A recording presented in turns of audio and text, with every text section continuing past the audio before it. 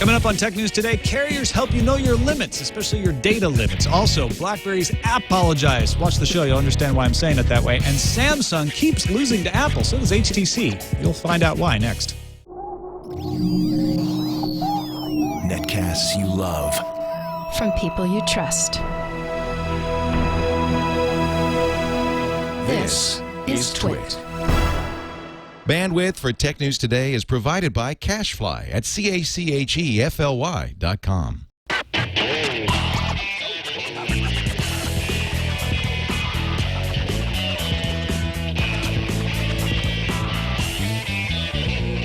This is Tech News Today for Monday, October 17th, 2011. Tech News Today is brought to you by Vast Conference, the ultimate in professionalism, clarity, and flexibility for your conference calls, all at a low price. For 2 Vast Conference calls free with no commitment, go to vastconference.com and use promo code TNT. Welcome to Tech News Today. I'm Tom Merritt. I'm Sarah Lane. I'm Iyaz Akhtar. I'm Jason Howell. And joining us today from PCMag.com is Leslie Horn. Welcome to the show, Leslie. Hi, thanks for having me. Thanks for being with us. Great to. What's your beat at PC Mag? Well, that's It's kind of wide a and question, vast. Yeah, I'm on the news team, so depending on what the news is today, I could be covering it.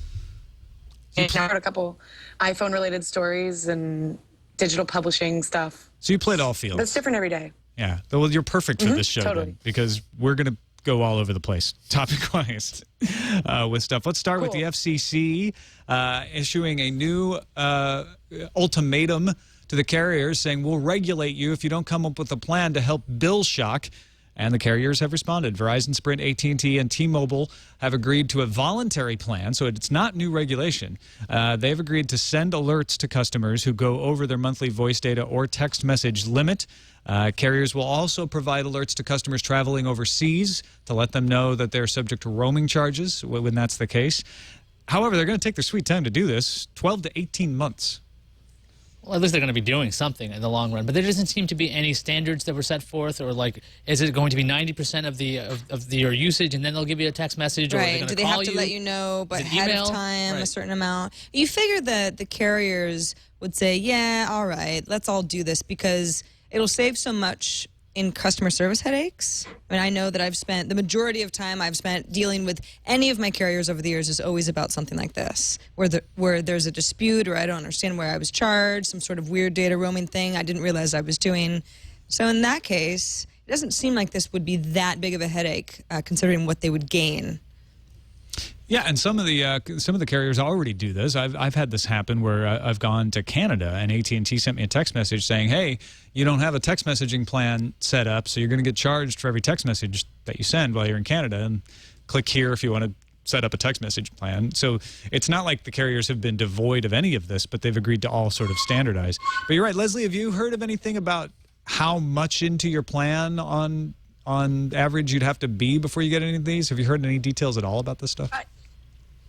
I'm an AT&T customer. I've always been AT&T. And every time I travel abroad, I always get a text message letting me know that the coverage is different. But I'm not exactly sure how it's going to work with this plan. It's not really straightforward.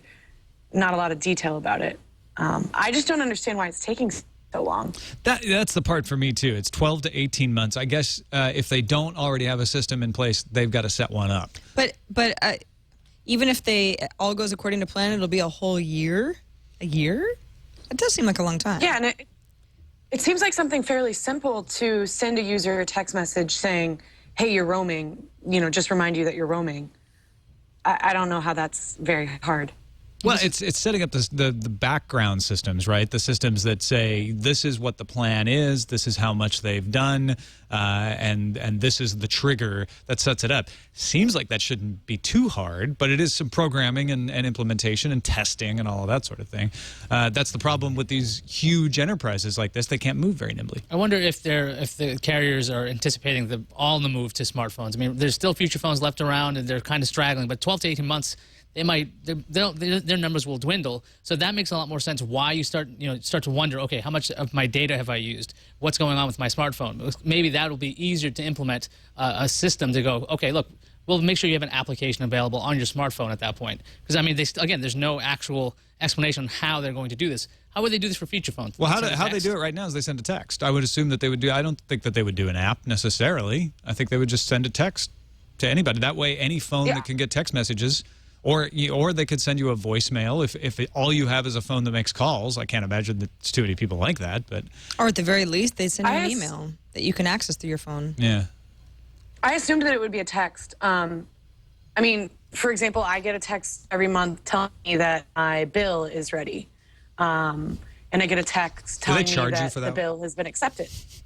No. Well, I have unlimited texting, so, but they probably do. I think they would. They could. They would if they could, yeah. Yeah, they totally would. Well, this agreement is going to be under the scrutiny of the Consumers Union, which will work together with the FCC to create a website to collect information about carrier compliance. So if you do run into a situation where you go over a limit and you didn't get notification, you can tell the Consumers Union at this website, and then they'll collect all those stories and take it to the carriers and find out why. So that's probably another reason they want to take time to implement the system, is make sure they don't have bugs in it, make sure it works, make sure they're not making mistakes and failing to send people text messages. If I were a company, I'd give myself as much padding as possible to get this thing up and running. So maybe that's why. iPhone 4S setting new records for Apple anyway. Apple says they sold 4 million units over the weekend in the 7 countries where it's available. They also it probably made about $3 billion in revenue. The unlocked version of the iPhone 4S is $649 for the cheapest one. So if you go that as what they're getting from the carriers for the subsidized version, that would be $3 billion, which is more than Google makes from mobile in a year, according to John Ford at CNBC.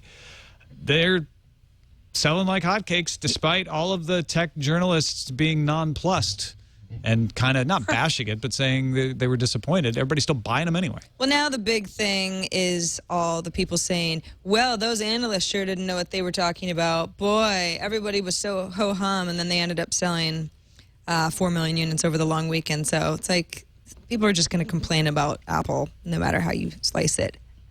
But yeah, no, I know. I'm sorry. I got started. That was good. Is the peanut butter spread too thin on their apple slice? I like cream cheese on my apples. Yeah, me too. But yeah, it was a huge weekend. And 22 more countries are getting the phone pretty soon, so I can only imagine How the numbers will ramp up. That's a good question, is whether the sales will be as good in places that don't have the subsidies. Here in the United States, $199 looks really, really cheap. Right. Places like India and China, they don't really have subsidies. So they're going to have to pay the full price for it. Probably still sell a lot of them, don't you think? What do you think actually drove this kind of demand? I mean, the 4S doesn't look that different. The packaging doesn't look different. I mean, the ads probably are just showing off Siri. I mean, did all those Tumblr blogs and all these silly things about Siri get people excited about this? I mean, it was almost like a viral campaign. I mean, how well did the iPhone, what was it, the 3S do beforehand? Was it a huge spike over the 3? Because you've got all those people coming up on their 2-year renewals. We talked about that before the iPhone 4S came out. Maybe there was a lot of people then. That means there's a lot of people now because they're all up for renewal. Well, and it's 3 months later than the last iPhone, which means So more people are up for renewal. Mm-hmm. Leslie, what do you think? You know what?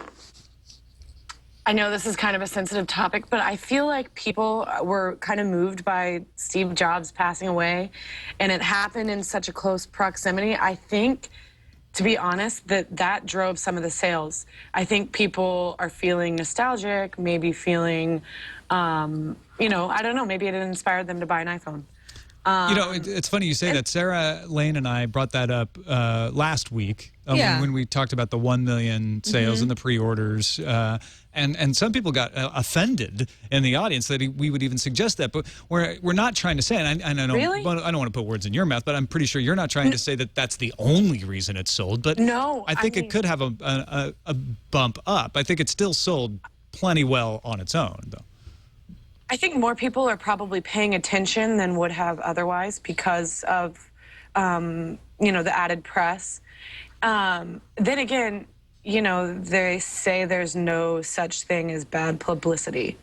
Perhaps talk about the disappointment piqued some interest that might not have been there otherwise. I still think it would have sold close to this amount, no matter what. Yeah, I you know, will say that. it's an Apple Yeah. product. And I don't think it drove freak people out. to spend a bunch of money that they wouldn't have spent anyway. I mean, you can't just create money out of nowhere if you don't have the means or you don't want a phone. But I think that it helped perhaps motivate people to jump on it opening weekend. First new release with 3 carriers instead of 1. I mean, we had Verizon have their own release, but Sprint was getting it for the first time. This is the first time Verizon users have got first crack at a new iPhone. That has to figure into it. You also just, have the iPhone effect. When everyone reacted negatively to the announcement, I said, this is just like the iPhone 3GS. In fact, I dug up an article from the 3GS announcement and stuck it up on Google Plus and said, this is exactly what everyone's saying about the iPhone 4S, which was, it's marginal, it's not that big a deal, I don't know if people are going to be that excited about it. And everyone lined up in droves for the 3GS. It's something that Apple has that nobody else has, which is the ability to just get everyone to die for the next one. They just can't wait to get the next one, no matter what it is, as long as it's got something new. And this one had a much improved camera, had a better processor, and was faster with the internet, HSPA+, and it had Siri. And they were smart in taking the Siri app off of iPhone 4, which annoys me to no end because I had it and now I don't. But that's another reason to get the iPhone 4S. I saw one article even discuss the fact that the 4S came in white from the beginning. Something like there was a pent-up demand at the beginning when they showed off the original 4. They're like, here's it in black and white. The white one got delayed so long that people probably gave up on the phone entirely. Because I think you replaced your black phone with a white one only because one got destroyed. Accident. Yeah, that's what I'm saying. Like maybe now people are like, oh, good, now it's out in white. I'm gonna go get it. This is like even that small amount of a change might drive people to buy a new phone. I think, and the thing is, if any one of these things we're saying all we were saying, you could pick at it and go, well, the fact that it's in white is not why, and the fact that, it's got a nice camera is not why, but in aggregate, all of these pieces together start to add up, and you get 4 million iPhones sold. Well, and they had a great inventory. The fact that they didn't run out of phones all weekend, they've now finally gone to a reservation in the U.S. and U.S. and Canada. So you have to visit Apple's site around 9 p.m. each evening to reserve the phone for the following day, which is a bit of a hassle. But they didn't. Certainly in San Francisco, I kept waiting all weekend for them to run out. And then I didn't go get my phone because I thought I was good to go. And now I'm not going to be able to do that after work today. Yeah, what were you going to say, Leslie? I think Apple just has this way of making people feel like they have to have something. Like if you don't have Siri, your life is not organized and not functioning at the optimal level. Even I'm not planning on upgrading. I have an iPhone 4. It's pretty new. But in the back of my mind, there's this little voice saying, you should upgrade. You should upgrade. And while, I'm not going to upgrade, but they have a way of playing up these features in a way that makes, regular people, not just us nerds, really want to have something. Yeah, they make you feel like if you have an iPhone 4, it's good enough, but you're not on the edge. You're not getting everything that you could if you got the iPhone 4. Yeah, of course. And even though a lot of, Android phones have similar, if not, more features in them, I think Apple did a really good job playing up certain things to make them seem like they're the first time we're seeing them because Google has voice controls. Yeah, Let's Talk is a great voice control app for Google Android. I was playing around with that with my wife yesterday. And it does the same thing when you ask it the meaning of life, but nobody's doing screenshots of that and making a Tumblr blog out of it. Right, yeah.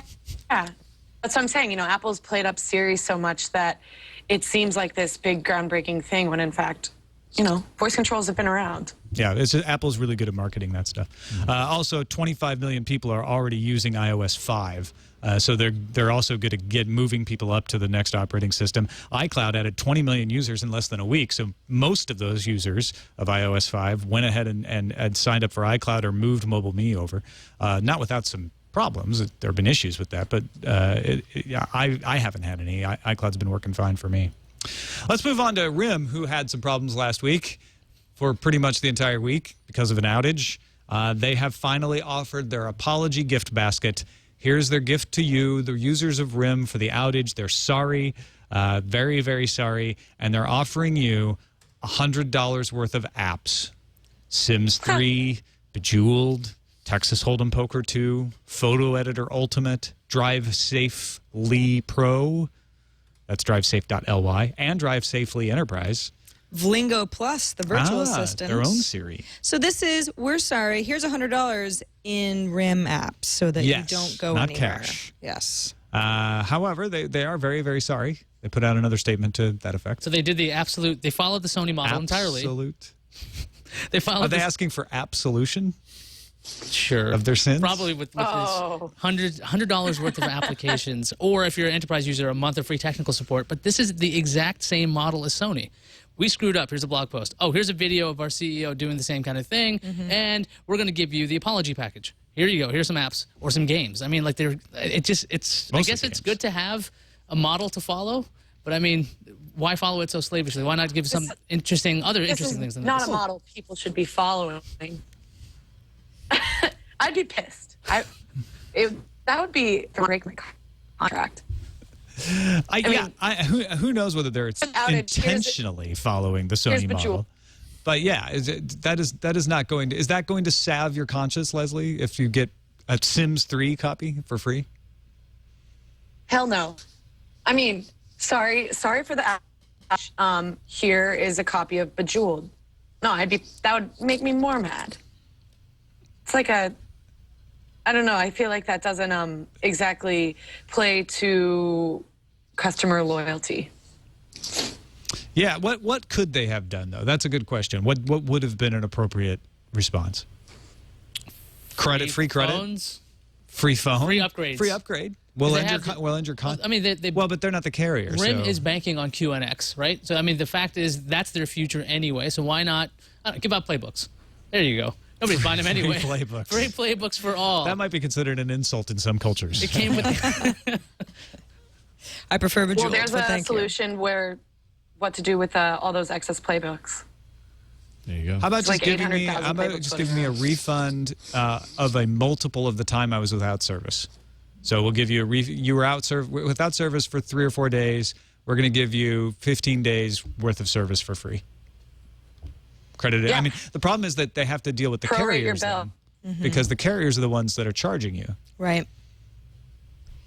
and that becomes a lot more complicated. I just feel sorry for app lovers who are like, I have all these already. Or give me $100 credit in the App Something Store. like that. Choose your own. It's kind of the thing that seems weird to me is that BlackBerry is kind of to a large degree based around their kind of enterprise approach, right? And then to come back after this very significant outage for 3 days for your really kind of high level enterprisey people and offer them Bejeweled, like a couple of games or whatever. It Well, just don't forget Enterprise wasn't as affected. BlackBerry Enterprise servers didn't go down for the first couple of days. They were only affected by the backlog on that last day. Yeah. So they're less worried about them. They're more worried about the consumers. So they are kind of targeting. Yeah. So I think that's why you see it that way. Or it's fitting. I That mean, makes a little more you couldn't be sense. productive while it was out. You're not going to be productive now because you got some games. No. This is future proofing, right? This is if it's down in the future, play the game. Bejeweled. It's local. Now, on a side note, in the United Arab Emirates, traffic accidents went down in Dubai and Abu Dhabi during the BlackBerry outage. This is a country where BlackBerry usage is a high percentage. Most people have BlackBerries. Traffic accidents fell 20% from average rates on the days BlackBerry messengers were unable to use their message service in Dubai. And in Abu Dhabi, the number of accidents fell 40%, and there were no fatal accidents. The director of the Abu Dhabi Police Traffic Department actually said, quote, absolutely nothing has happened in the past week in terms of killings on the road, and we're really glad about that.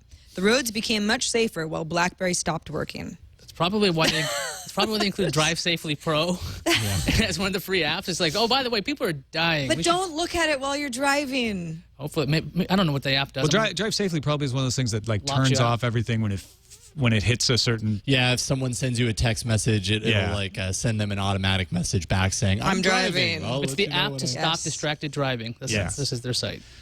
Absolutely. This is not a scientific study. The National, which is a government-supported paper, I think, is reporting this. they say directly responsible. There could be some other weird cause of this that is, there hasn't been a scientifically rigorous study done on why it dropped, but it is an unusual coincidence. Yeah, it's one of those conclusions that makes sense if you consider that distracted driving is the cause of accidents. A lot of people are using BBM in these areas. All right, let's take a quick break and thank Vast Conference for helping to bring us tech news today.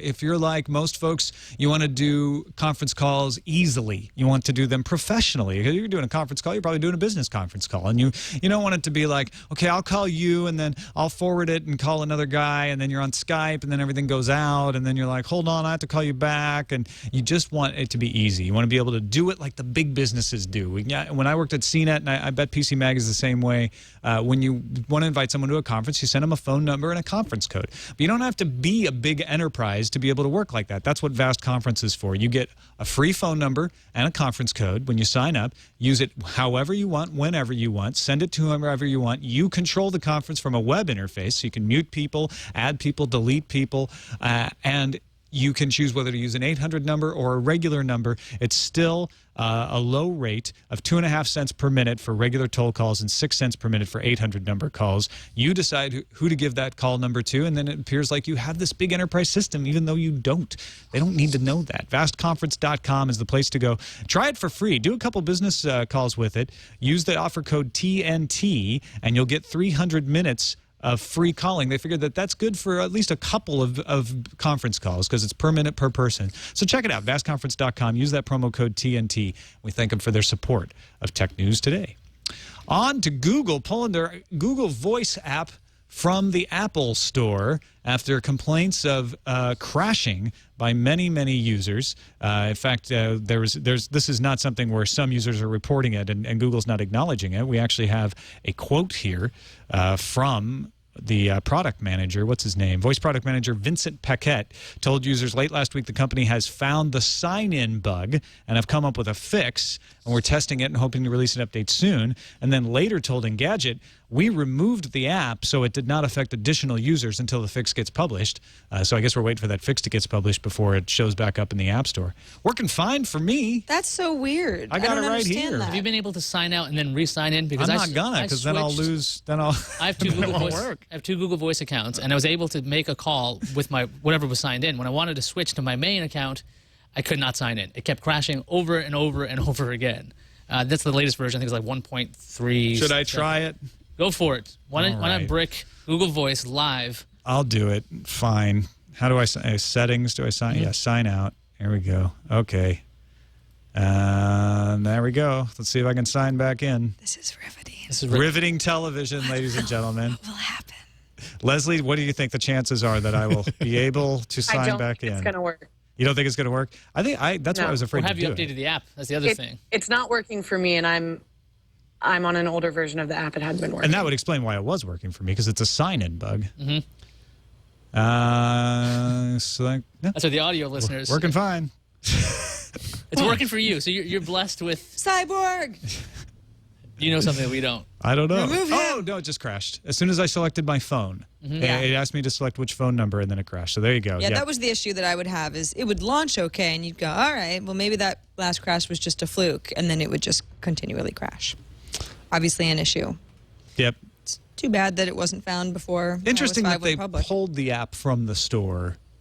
When they said Friday they had a fix, you'd think that they would just put that fix in right away, but they actually pulled the app, which means they don't think that fix is going to be implemented soon enough that it will be okay for people to download it. I mean, I think you don't want people to be downloading something that doesn't work, but if you think you're going to fix it soon, you don't want to go through the dance of pulling it out and then resubmitting it for approval. Remember it's like signing out. Remember when Google Voice was submitted, it took a year or more to get accepted into the iOS store. Well, that was back when they had a different stance on duplicating core functionality of the Right. phone. Now Yeah, it's like, oh, right. yeah, well, Google's making it. It's fine.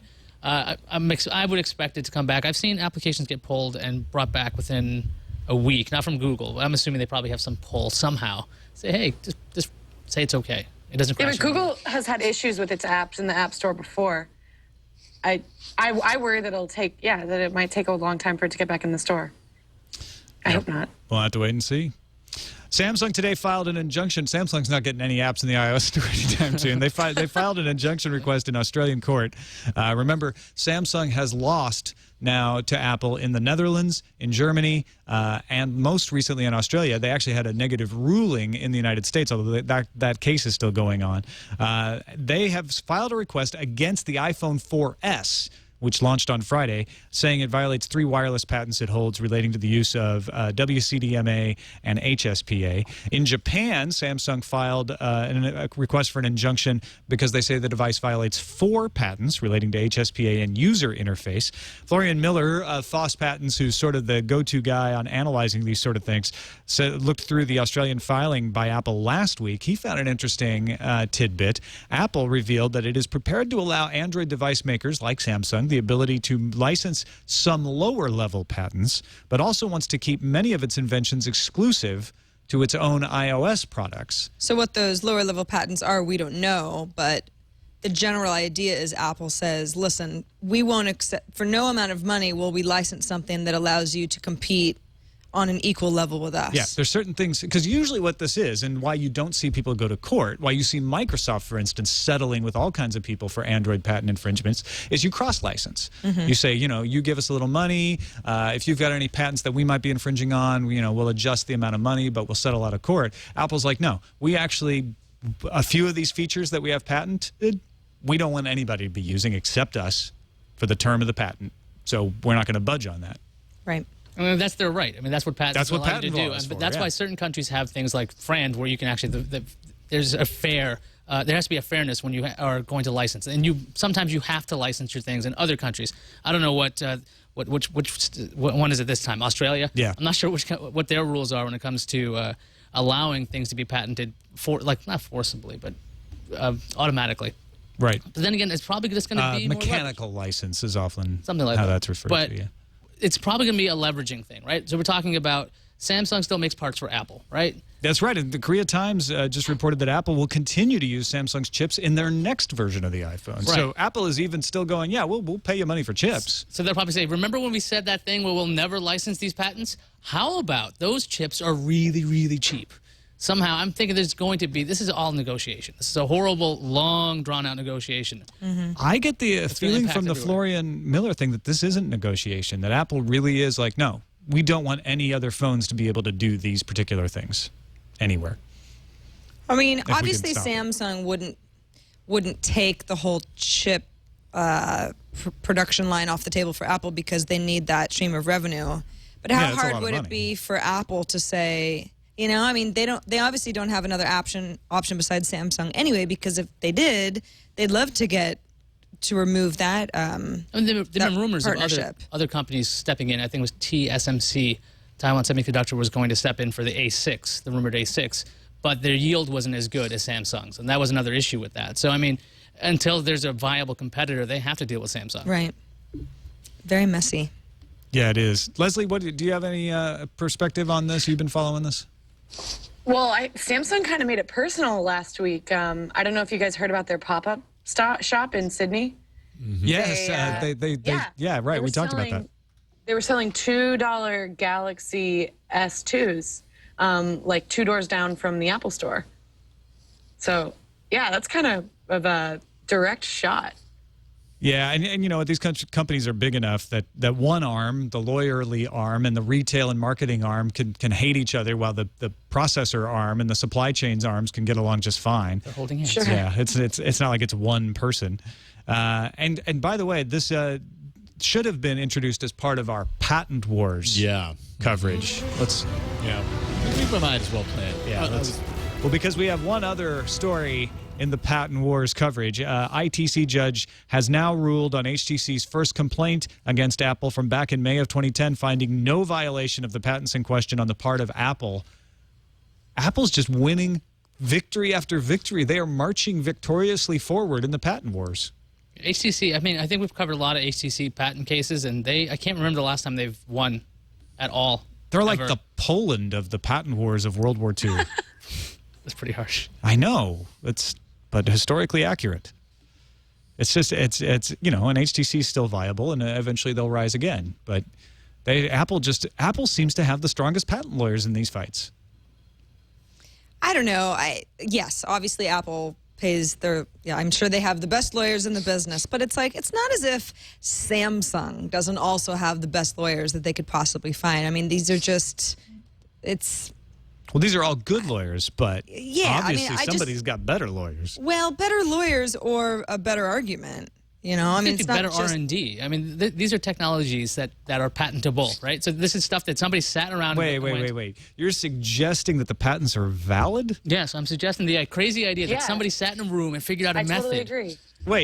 Wait, you're suggesting that they're winning because they actually invented things? I'm saying they actually they did some research and then they used the law to their advantage.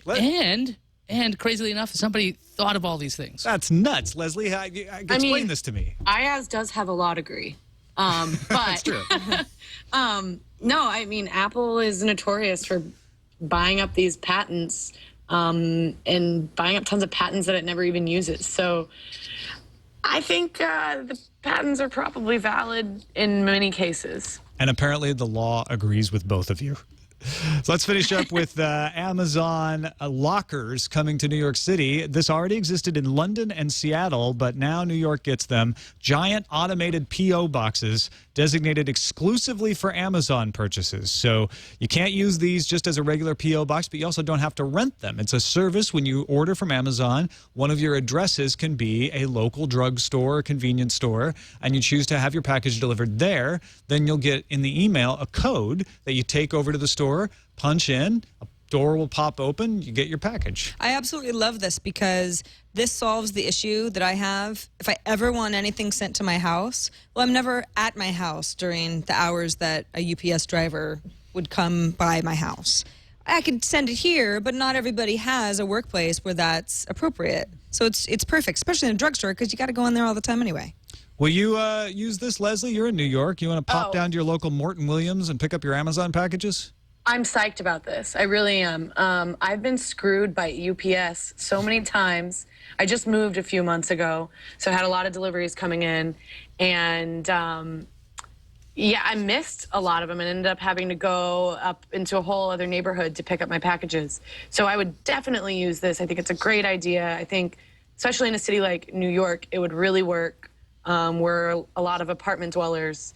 So not a lot of big mailboxes to put things in. So yeah, it's only when I moved to San Rafael did I start actually having packages delivered to my home because I have a big enough place and a secure location they can leave them in. But when I lived in apartments in Oakland and San Francisco, I would just have stuff sent to work always, because otherwise I wasn't going to get it. And Gadget said something about not being in your PJs when the UPS guy comes by, but I'm never home when the UPS guy comes by. Yeah, that's my main concern too. I think this is awesome. I have to have stuff sent to my office now, otherwise I just won't get it. Yep.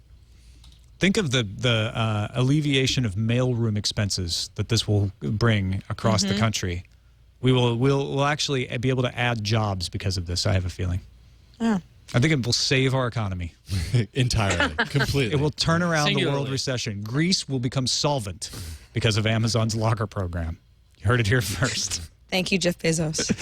Let's move on to news views.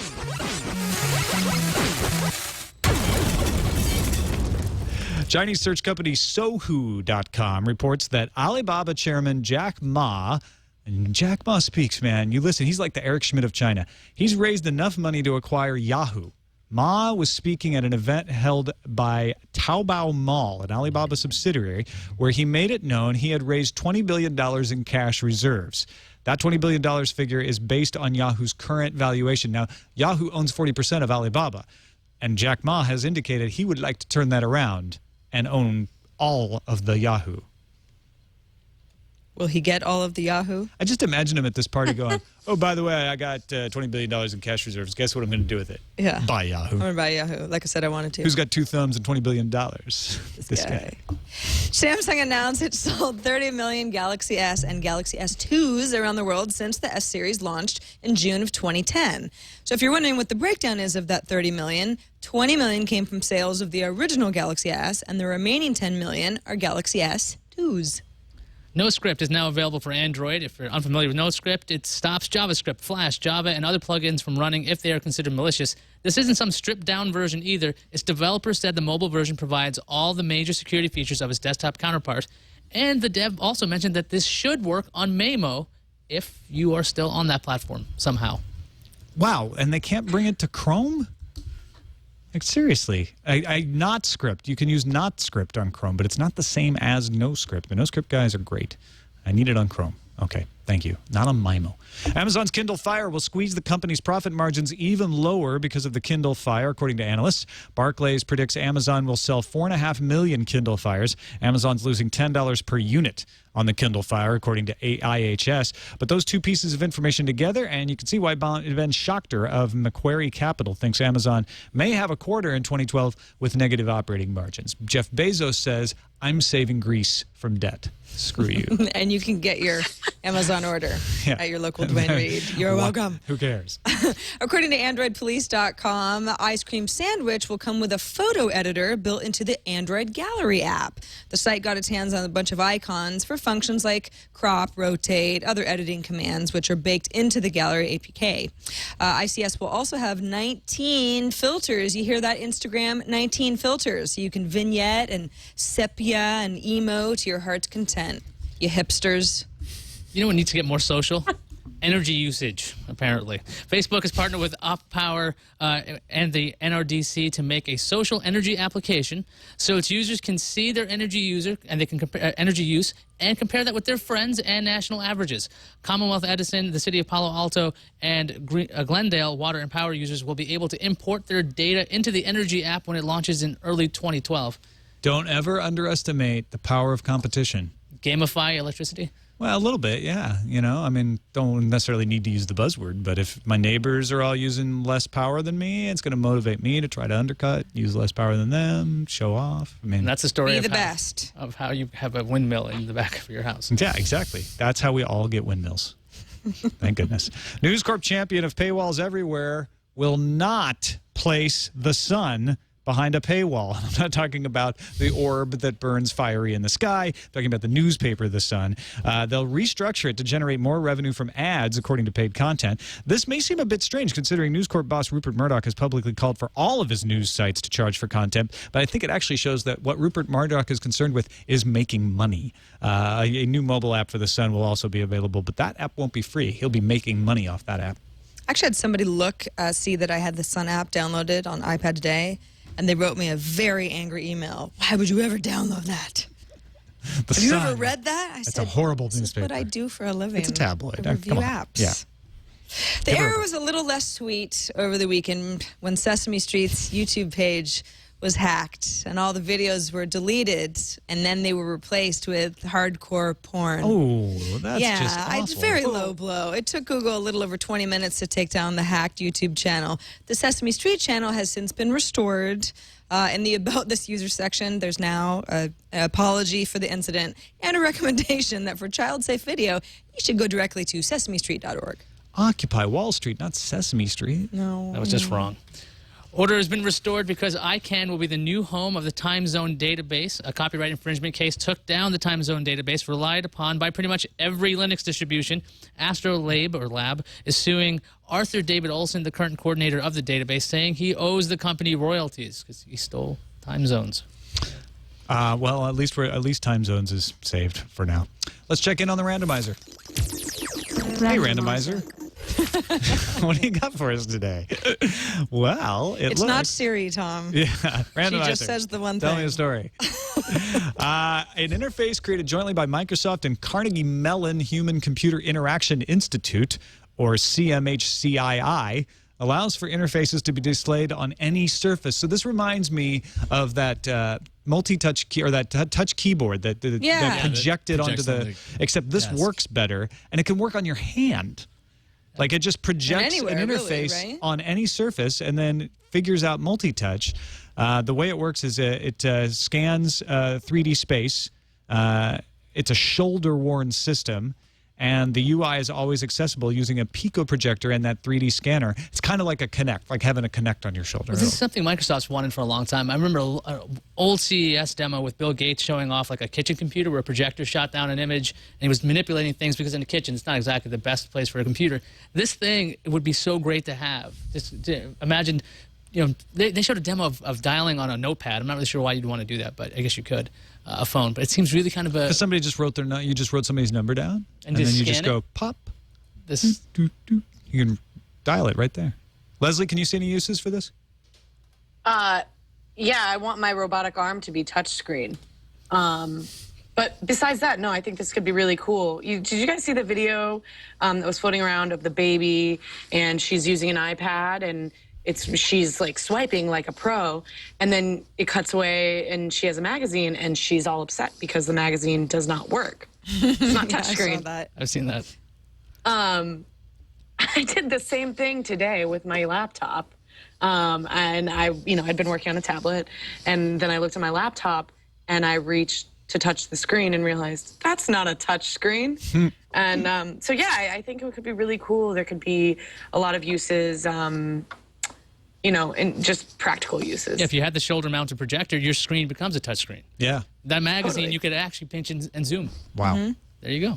I got to stop doing it at the checkout counter at fast food restaurants. Just poking people in the eye. It's really annoying. Nobody seems to like that. No, I've noticed. weird. It doesn't get me my food any faster. Very uptight. And finally, in Randomizer, a rare randomizer follow-up. We talked a while back about the study that suggested neutrinos might travel faster than light. A team of scientists at the University of Groningen in the Netherlands think they have come up with a more plausible explanation for the data, and counting on the fact that the GPS satellites used to measure the departure and arrival times of the racing neutrinos may themselves be subject to Einsteinian effects, such that it would change the calculations so the neutrinos no longer showed up as traveling faster than light. So faster than, as we said when we originally reported the story, it's too early to say that the, speed of light has been broken yet. The data needed to be examined. It's too early to say that this team of scientists has disproved this, but it's one of the more plausible theories that have been put forth yet.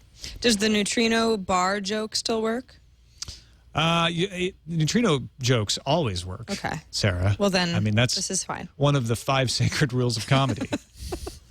Neutrino is always funny. Always funny, like monkeys. Yeah. Let's check the calendar. Let's. Happy birthday to you, IMDb. You are 21 today, and you're going to be very hungover tomorrow.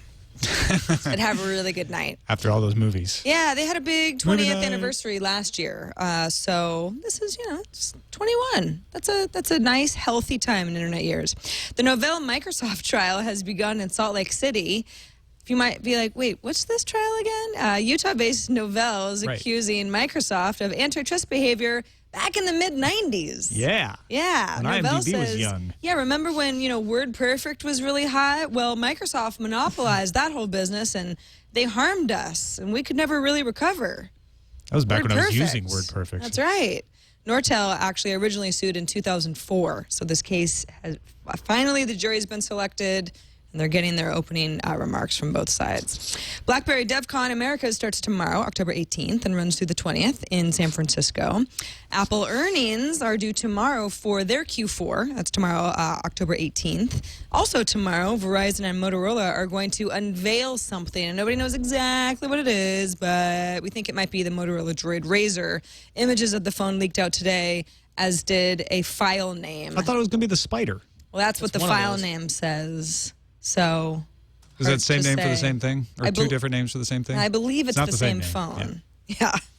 The names are different. Do you have any inside info, Leslie? No, I don't. Other than, there's an event tomorrow, I know. Probably something cool. All right, we'll keep an eye on it.